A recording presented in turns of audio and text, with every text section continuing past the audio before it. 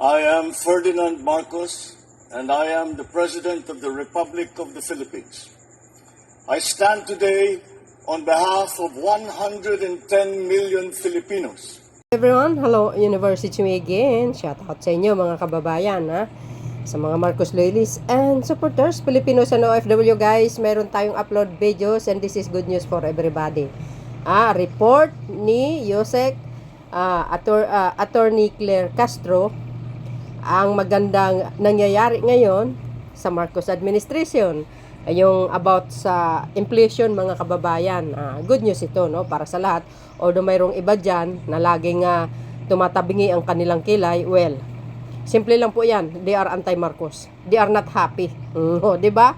Kasi against sila sa magandang pamumuno ni Pangulong Marcos Jr.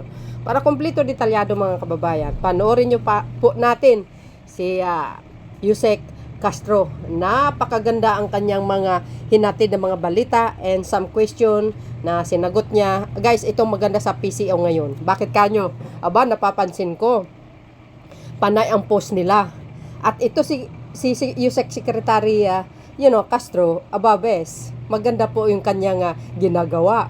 Nire-report niya po lahat ang mga magandang nagaganap sa Marcos administration. Hindi tulad ng dati, walang nagpo-post, walang ganitong klaseng mga babahagi sa social media. At tayo naman na pro-government, ikalat po natin para naman sa ganun ma-inform ang mamamayang Pilipino mga kababayan. Eto, panoorin nyo. See you again on my next upload video. Bye bye bye and babush. God bless Philippines. Eto na. Malacanang Press Corps at welcome sa ating press briefing ngayong araw, March 5. Magandang balita. Inulat ng Philippine Statistics Authority na bumagal sa 2.1% ang inflation rate o ang pagtaas ng presyo ng mga produkto at serbisyo sa bansa nitong Pebrero. Wow. Mula sa 2.9% noong Enero. Ito na ang pinakamababang antas na naiulat simula noong Setyembre 2024. Ang mas mababang antas ng inflation ay bunsod ng mas mabagal na pagtaas ng presyo ng food and non-alcoholic beverages na nasa 2% or 2.6%. Ang pagbagal naman ng presyo nito ay dahil sa mas mabagal na pagtaas ng presyo ng gulay at iba pang produkto. Kasunod ng mas mababang inflation rate, nanatili sa 2.5% ang average inflation rate ngayong 2025, napasok pa rin sa full year target ng gobyerno na 2 to 4%. Ayon sa National Economic and Development Authority, ang patuloy na pagbaba ng inflation rate ay indikasyon na epektibo ang mga hakbang na ginagawa ng gobyerno kontra sa tinatawag na inflationary pressures. Sisikapin din ng ahensya na panatilihing mababa ang inflation rate at tugunan agad ang mga posibleng pagtaas ng ibang commodities. At isa pang good news, available ang higit 2,000 trabaho mula sa iba't ibang industriya, kasama ang ICT, aviation, tourism at service sectors. Maaaring makita ang mga available na trabaho sa www.jobs@clark.com. Dito ay pwede nang mag-register para ma-match ang mga trabaho sa mga aplikante. At para magbigay ng iba pang detalye, kasama natin si Clark Development Corporation Communications Manager, Astrud Aguinaldo. Ma'am? Maraming salamat, Attorney Claire. Maya Aabak, good morning po sa inyong lahat. At tama yon sinabi ni Attorney Claire, magandang balita mula sa Clark Development Corporation. To be exact, meron tayong 2,280 job vacancies mula sa 30 investors o locators. Ang mga trabahong ito ay ang mga sumusunod: ICT industry, mga business process outsourcing. Meron din sa industrial, mga engineers ang hinahanap nila dito, technicians, welders, machine operators, human resource, at yung mga magtatrabaho sa warehouses. Meron din sa service industry, mga bus drivers naman ang hinahanap, conductors, sewers, mga mananahe, at sa sales. Gayon din sa tourism and hospitality, mga hotel staff, security, chef, marketing, at casino dealers. Meron din sa commercial and retail. Ang hinahanap nila dito ay mga sales associates, cashiers, at store managers. At lastly, sa aviation and healthcare, mga nurses naman, medtechs at physical therapist po ang hinahanap dito. Para mag-apply, pwede po kayong pumunta sa Jobs at Clark. Tuloy-tuloy po yon, jobs@clark.com, at pwede ninyong i-upload ang inyong mga CV, curriculum vitae, ang inyong biodata, ang inyong resume, pati ang inyong litrato. At mula doon, makikita ng mga investors ang inyong profile, at from there, pwede na kayong kontakin. Wow. Maraming salamat po.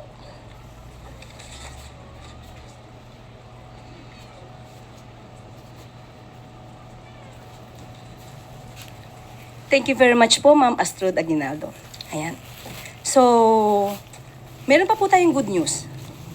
Nagkaroon po kami kanina ng meeting with Secretary Laurel dahil aasahan po natin ang pagbaba ng presyo ng bigas. Okay?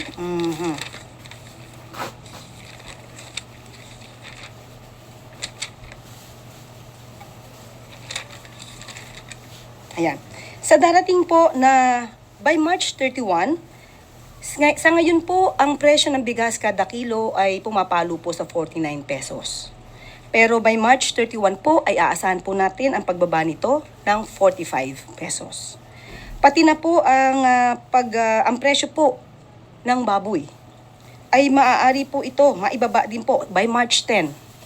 Sa halaga po, ito po ay sinabi in particular ni Secretary Laurel, ang parte po ng Kasimat Pigi ay bababa po between 350 to 360 per kilo.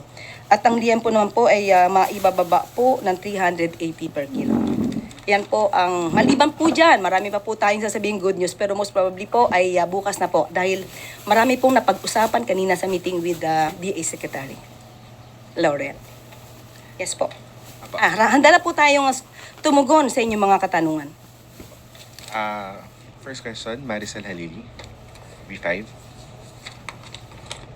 Magandang umaga po. Yusek, follow-up lang po dun sa sinabi ninyo na expected natin na pagbaba ng presyo. May we know what are the reasons kung bakit po aasahan natin yung pagbaba ng presyo sa bigas at saka sa baboy? Sa ngayon po, ang sabi po ni Secretary Laurel ay bumaba po ang world price.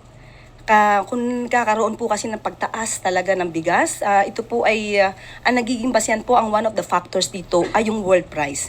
Kung noon po ay may halaga po na pumapalo sa $700 to $740 kada per ton.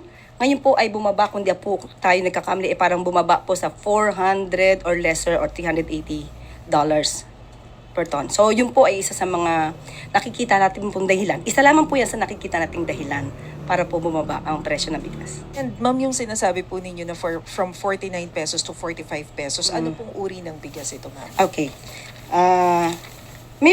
Meron po kasi binabanggit si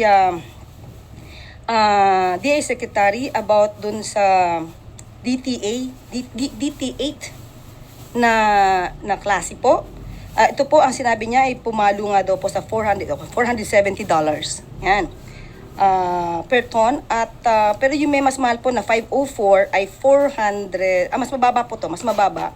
Yung 504 ay pumapalo po sa halaga na $400 per ton.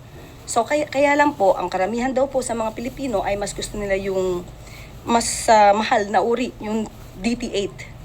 Yung po talaga ang mas hinihingi ng mga consumers natin. And how about on pork, ma'am? Attribute the decrease in price. Yun po, yung binanggit ko po kanina na presyo, opo, yung sinabi po niya mga parte ng pork.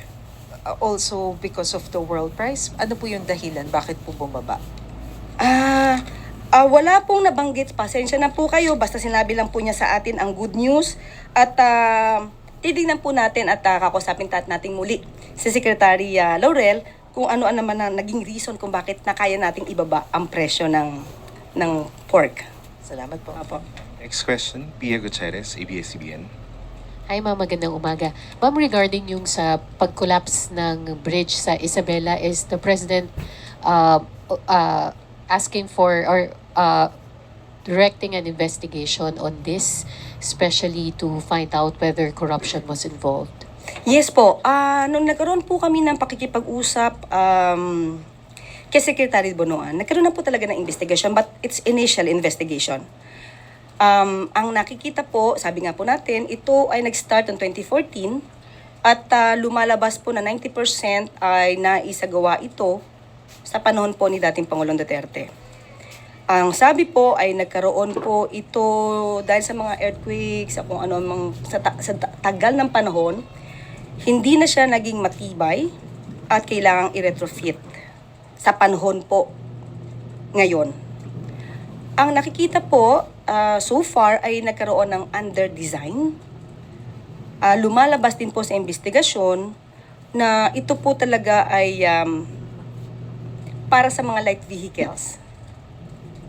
Ayon do sa disenyo. So, lumalabas din po na yung dumaan na truck, 3 po daw yung dumaan na dump truck, puro boulders ang laman, ang karga. Nagkaroon po talaga ng hindi tama na nung dumaan. Hindi naging maayos dahil may dumaan na ganito ka mga heavy vehicles na hindi po naaayon doon sa kakayanan ng tulay. Kaya po, isa sa mga sinasabi po ni Secretary Bonoan ay maaari po, hindi pa po to conclusion, maaari lamang po na mapanagot din yung may-ari nung or korporasyon na may-ari ng dump trucks dahil 3 po ang nasabi na dumaan na sunod-sunod. So, yun pa lang po ang initial investigation, but ang sabi nga po hindi lamang po ang nakaraang administrasyon ang pwedeng pananagutin dito. Lahat po hanggang sa ngayon kung sino po ang maaaring naging may liability dito. Kung meron man, lahat po yan ay dapat managot. Nabanggit nyo, it's just an initial investigation. Yes. So magkakaroon po ng mas malalim na investigation dito? Opo, kasi titignan po talaga yung sinasabing under-design, anong naging cause, kung bakit hindi kakayanin yung mga heavy vehicles. Lumalabas nga po sa initial investigation, ayon sa design, pang light vehicles lang siya. Ayon po sa initial investigation. Also, ma'am, on another topic, hingi lang po kami ng reaction dun sa statement ni Supreme Court Associate Justice Antonio Co during the 3rd round of oral arguments on the PhilHealth issue. Kasi he said that the President must release an order reversing the transfer of the 60 billion excess funds to the National Treasury. He said that the money could be used to expand the state insurers' benefits packages, to hire more people to implement its programs, and to answer to the public's needs. Yung sagat lang po ng Malacanang dito. Kung ano po ang ipag-uutos ng Supreme Court, yan po ay susundin natin.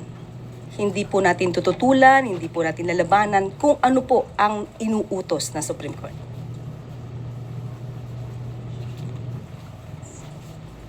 Maricel Halili, TV5. On other issue, may we know the reason why is there a change in leadership of the Presidential Security Command? Bakit po na-terminate si Commander Morales? Na-terminate po yung kanyang command dahil po ililipat po siya ng ibang duty. Kaya Yun pala lamang po ang maaari nating sabihin patungkol po dyan sa PSC. Just to clarify, wala po bang kinalaman dito yung mga issues na lumabas sa news before because there are concerns about Chinese spies na nakatutok doon sa mga presidential facilities? Does it have something to do with this decision, ma'am?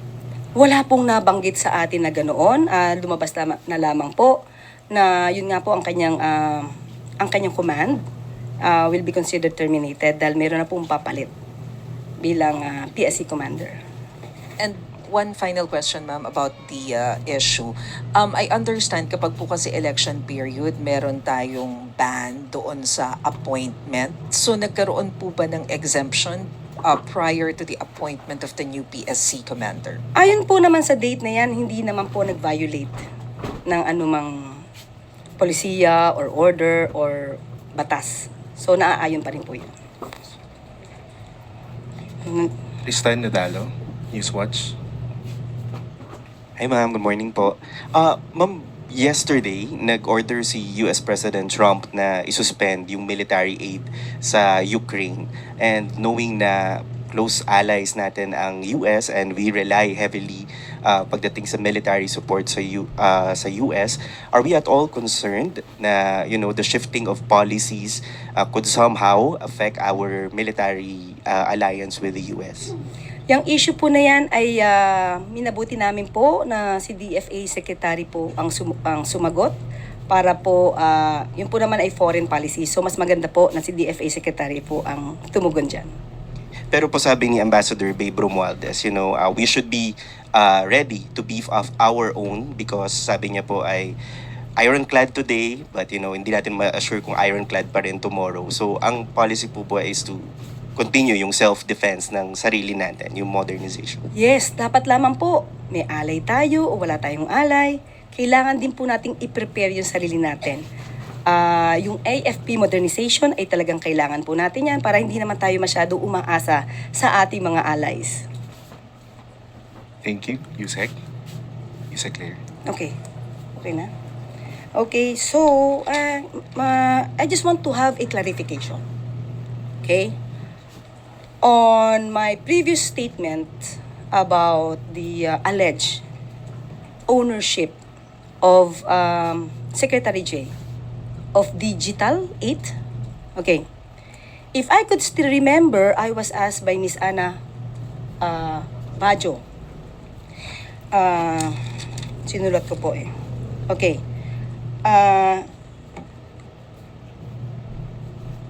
She had this statement. Ma'am,